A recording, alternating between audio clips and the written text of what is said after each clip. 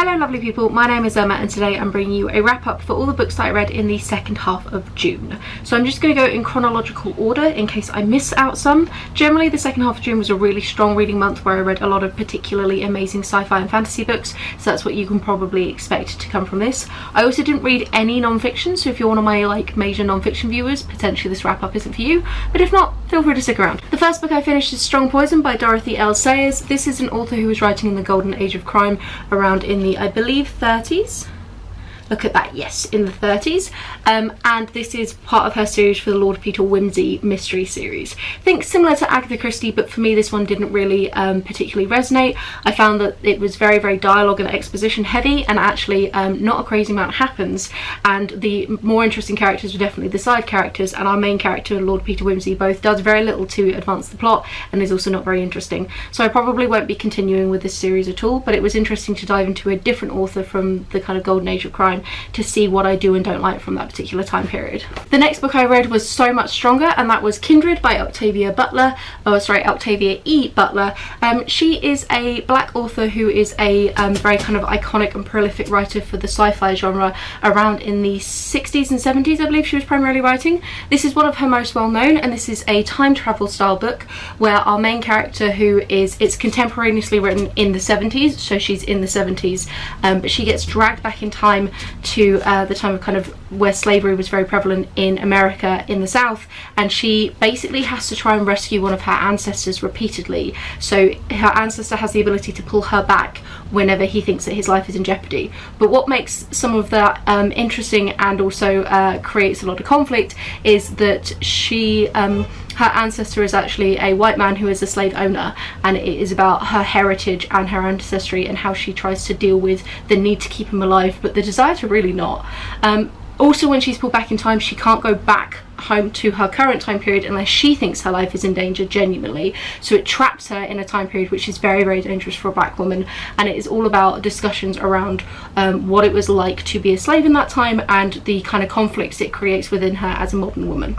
Absolutely incredible, phenomenal writing, and some of the coolest features of time travel that I've read in a really long time, so really amazing. I can totally see why Octavia E. Butler has the reputation that she does. There's actually a slow read-along happening for all of Octavia E. Butler's work, which I will link down below the channels who are connected with that. It is Nigeri from Onyx Pages and musical Tati, whose name I believe is just Tati, so I'll link them down below, and also the blog Sci-Fi Sister, I think. But this is starting in September, and it's a 2-year initiative to try and read all of Octavia E. Butler's work, starting with Kindred. It looks fantastic, and I'm totally going to be joining in. The next book I finished was sadly a huge letdown, and that was In Bed with the Earl by Christi Caldwell. This was a historical romance that was set in the turn of the century, and is about an earl who was stolen away as a child and then finds out that he's inherited this fortune, and the journalist who tries to break this story, but then also there's supposed to be like a fake marriage or fake dating trope in it. Generally this one sucked. It was not particularly historically accurate. I didn't really believe any of the characters. The fake dating trope doesn't kick in until like 70% of the way through, and generally I just wouldn't waste your time with it. There are much better books out there. The next book I finished is The Deep by Rivers Solomon. This was a phenomenal sci-fi or fantasy, I guess, novella. I'm sorry, I confuse sci-fi and fantasy all the time on this channel. I know it's a weakness of mine. But this is basically a story looking at a mermaid species, which are actually the descendants of the pregnant African slaves who were thrown overboard in the transatlantic slave trade, which is a common folklore story, I believe, within African cultures. And it is about one particular person within this race of mermaids who she holds all of the negative memories and all of the stories of her people, and once a year she shares it with them so they don't have to have this burden. But basically one year she just decides, you know what, I am done with this, and once she hands the memories over she just decides to bounce and is like, I'm not coming back and I'm not fulfilling this role anymore, I can't do it. And it's all about kind of the conversation of the importance of history, but also the things that happened to the slaves, and she goes off and kind of has a relationship with or the beginnings of a relationship of a woman that she meets off of an island who is not one of these mermaids. So there's a lot going on in this. I generally thought that this was absolutely stunning as a book and totally deserves all the hype that it is getting. It's also quite short, so I would definitely say go and check it out, even if you're not a huge fan necessarily of like the fantasy vibe, because I don't think it really fits into any of those standard tropes. The only complaint I have of this is it was too short. I wanted so much more from the world building, I wanted so much more from the characters, I wanted that slow burn romance to be even slower and even more burny. I wanted everything of it. I easily double the length, if not triple. So River Solomon, if you ever happen to see this video, please rewrite it but give us more, or continue in the world, because it was absolutely phenomenal as a book. Like I said at the beginning, this really was the month for sci-fi and fantasy, because the next book I read was also incredible, and that is The Psychology of Time Travel by Kate Mascarenhas. This is a book where in the 60s we have invented time travel, and then it is about the ramifications of that in our society. One of the time travelers, or scientists who invents time travel, basically kind of has a bit of a mental breakdown like in the press and on TV, so she gets sort of barred from the initiative, and then it is about what has happened to her. There's also a thriller-esque thing happening with a woman who died in a locked room, which looks really, really sketchy and nefarious, and there's kind of 3 different sort of timelines going on looking at 3 main characters. It was such a cool book, and I think one of the reasons why this was so interesting and enjoyable was the world building around the concept of time travel being introduced into our society was so slick and tight, and thought through so many of the ramifications that I absolutely adored it. There were conversations in this book about like the linguistic slang that would develop around time travelers, and then how impossible it would be to be able to tell when that first formed, and the like static nature of as soon as you introduce the ability to move around within time, what that does for progress, because the progression gets kind of posthumously pushed back and trickles back through time. I also really enjoyed the feature that you can't travel before time machines were invented, so it puts a real cap on the 60s, and I also enjoy the fact that it doesn't allow for any changes in the timeline, and there are whole conversations about when you know something terrible is going to happen but you cannot stop it, so what do you do about it and how do you interact with it. The characters are also really strong, and I really enjoyed the thriller element. I thought it was really nice to have a different plotline going on amongst all of this world building. Sometimes sci-fi can suffer that whilst the world building is very cool, there isn't much substance to it, and this book definitely has substance in spades, and it was such an amazingly huge diverse range of female characters that I absolutely adored all the women in this book. So yeah, generally this was amazing. The next book I finished is The 39 Steps by John Buchanan. This copy has been munched by my rabbit, so she approves of it as well. This is a classic. It's kind of a classic noir spy book. I was reading it with my parents over Zoom, so I was reading it to them, and generally it's a fun little spy story. There is kind of a plot underfoot that a gentleman has to sort of discover, and it is about his attempts to try and thwart it. It was written in the 50s, I believe. Let me check that. Nope, 1915. I keep getting that one wrong. It was written in 1915, so it's a lovely kind of, has various quaint tropes to it, and just generally is really enjoyable. So I'd say if you enjoy classics and you enjoy sort of crime, spy, espionage things, like think Tinker Tailor Soldier Spy kind of vibe, but you want something a little bit older, then I'd say check this out. The next book I finished is SixFour by Hideo Yokoyama. This is another crime book actually. I've been reading a little bit more thrillers, crimes this month.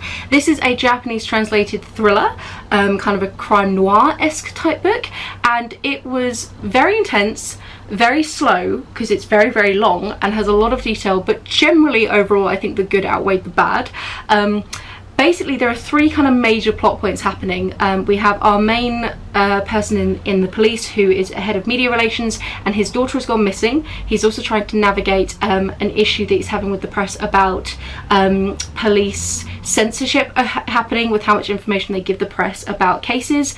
And then there's also a cold case where a young girl was kidnapped, held for ransom and then murdered, and it looks like there was a mistake made within the police precinct about that particular investigation that they've been trying to cover up. So all these 3 things are kind of going on at once, and the author does a really good job of really exploring the characters and really going in depth into their backgrounds and motivations. So despite it being a thriller that's often more like plot heavy, this really at its heart is a character study book, so it does make it feel very slow. It was really interesting to read a book that is fundamentally like despite the fact that there is a murder kind of at the heart of it, this is actually more like a corporate thriller that is looking at corruption within a police department and the police state. It's looking at corruption. It was kind of interesting, and as an experience of reading this at the moment with all the conversations going on in the world about police brutality and the role of the police within a society, because this was looking at how the police can become corrupt but in a different way, covering up more of like an incompetence issue and the kind of amount of control police should have, rather than necessarily looking at police brutality. So it was an interesting time to be reading it. Generally, I think if you've got the time and you enjoy slow-paced thrillers, which almost seems like an oxymoron, I'd say give it a go, but it is 680 pages long and I don't think it needed to be that long. The next one I read is The Masked City by Genevieve Cogman, and this is book 2 in the Invisible Library series. This is a fantasy world where we have parallel universes, and they are kind of torn between the Fae, who want chaos and destruction and are really about trying to orchestrate being the authors of their own storylines, or sorry, the main characters of their own storylines, and then you have the dragons, who like really desire and admire order and the antithesis of chaos, basically. And between these two sort of warring factions, you have the library in the middle, and the idea is that there are certain constancies when it comes to books that have been published across the various parallel universes that kind of ground this world and increase the amount of order and decrease the amount of chaos. Book 2 is following our main character, who I think is called Irene. I thought she was called Emily, I can't remember. But basically you have this this relatively high up person in the library, Emily, and then you have her assistant Kai, who it turns out is a dragon. And he's been kidnapped and she has to go and try and find him in a parallel universe in Venice that's constantly set in carnival and is ruled by the Fae. If that didn't sound zany enough as it is, like these are crazy books, which really, I call them roller coaster books, where there's like lots of ups, lots of downs, the plot makes no sense, you get to the end and you're not too sure what happened, but you know you had a good time. And I think that's really the key thing here, is Genevieve Cogman is a very good writer when it comes to making things fun and fast paced, but they don't necessarily make a whole lot of sense. I enjoy them. I think book 1 was slightly stronger because I like Kai as a character, and given that he had been kidnapped, he really didn't feature much in this story. But I'm definitely going to continue with the series, and I'm really looking forward to seeing where the characters go. And I enjoy both Venice and Carnival, so that worked really well. The next book I finished is the 5th season by N.K. Jemisin. This is book 1 in her Broken Earth trilogy, and holy crap, this was phenomenal. This is a fantasy series that is focused in a world where the geology of the world is very, very fraught and very sensitive. So there are many, numerous kind of extinction events that occur. And because of that, there has been a development of people who have magic that can help to control some of these sort of extinction events and deal with natural disasters. But it is about the enslavement and the abuse that these people often suffer from the kind of ruling class in this world. And that's the general sort of main world building point.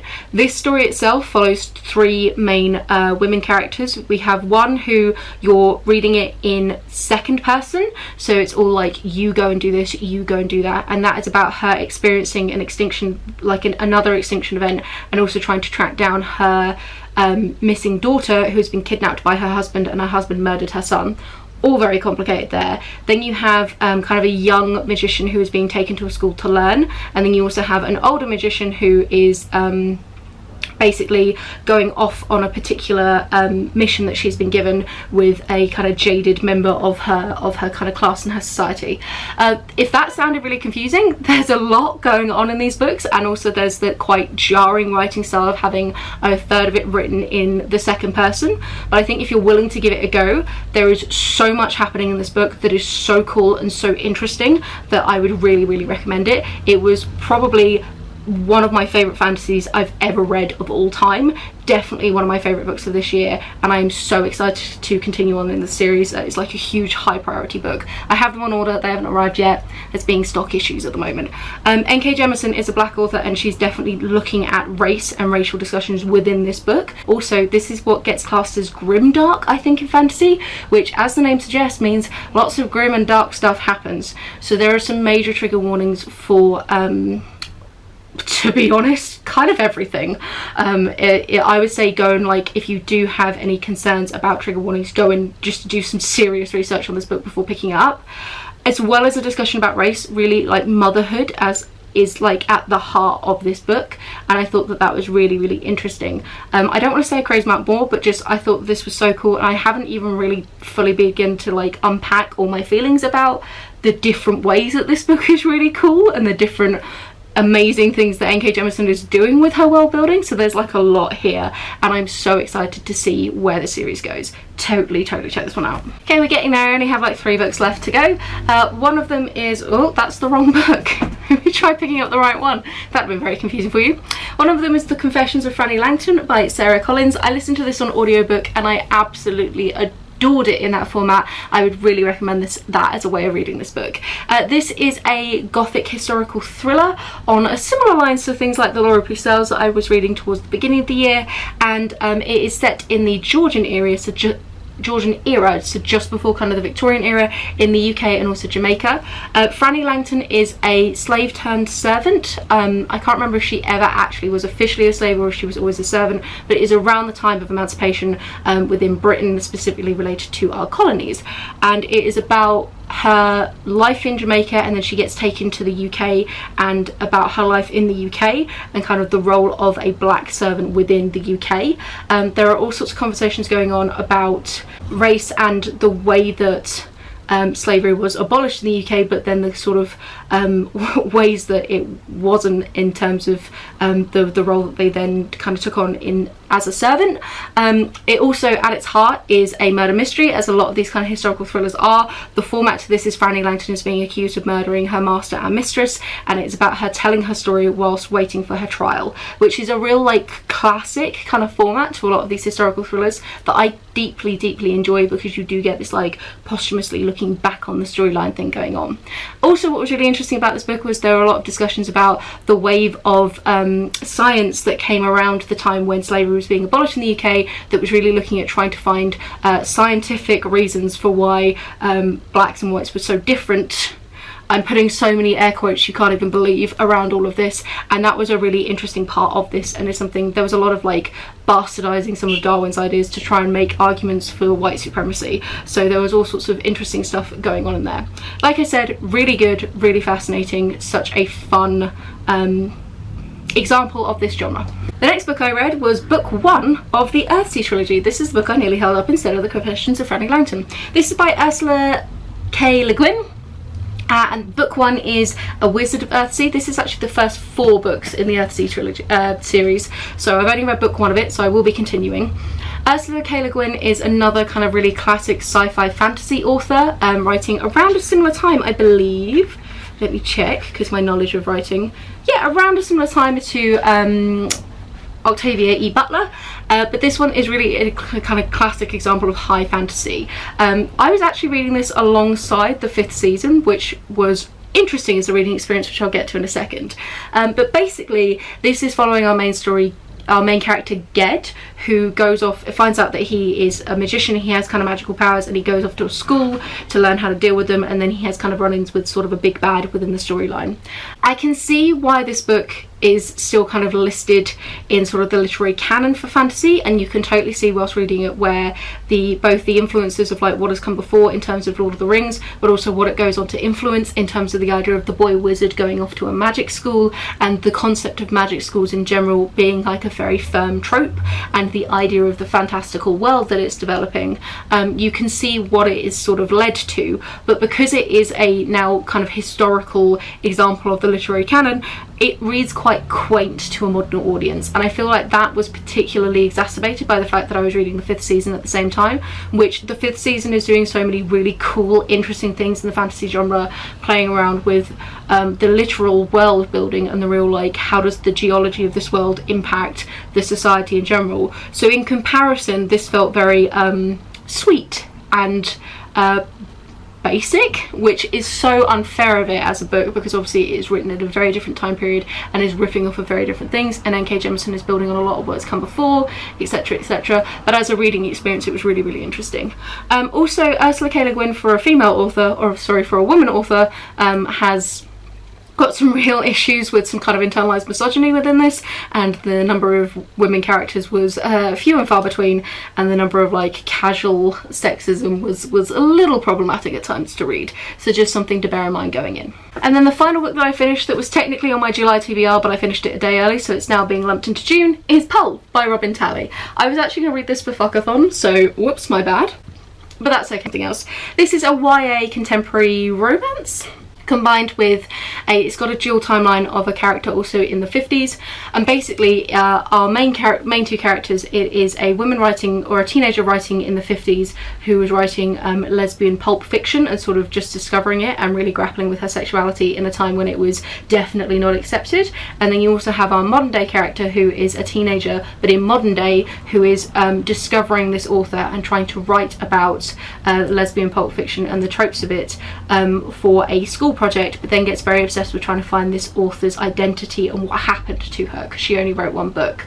Because of that, you've got all sorts of conversations about sexuality and gender going on, and in terms of the sort of historical things happening in the 50s, but also what it was like today, etc, etc.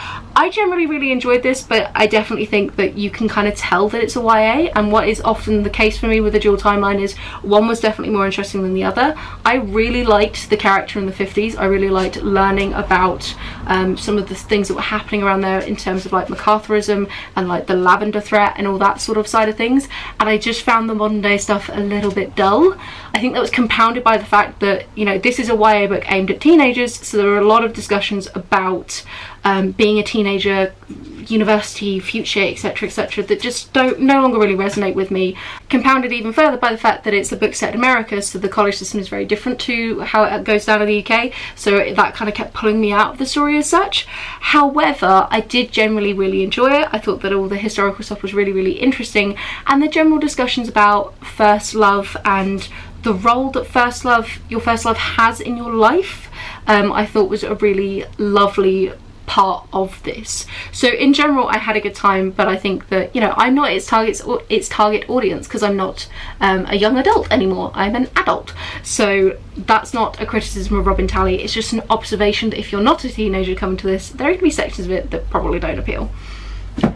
So that is it from me. Those are all the books that I read in June. I DNF'd quite a few, but I just don't have the energy all the time to go into them on here. I'm thinking about maybe doing some reviews on my Goodreads of books that I DNF'd, of like why I DNF'd them, so feel free to check out my Goodreads if you want more thoughts on those. Yeah, other than that, July's going really well. What did you think? Have you read any of these? Are any of them on your TBRs now? Etc, etc, etc. Have a wonderful reading week, and I'll chat to you soon. Bye!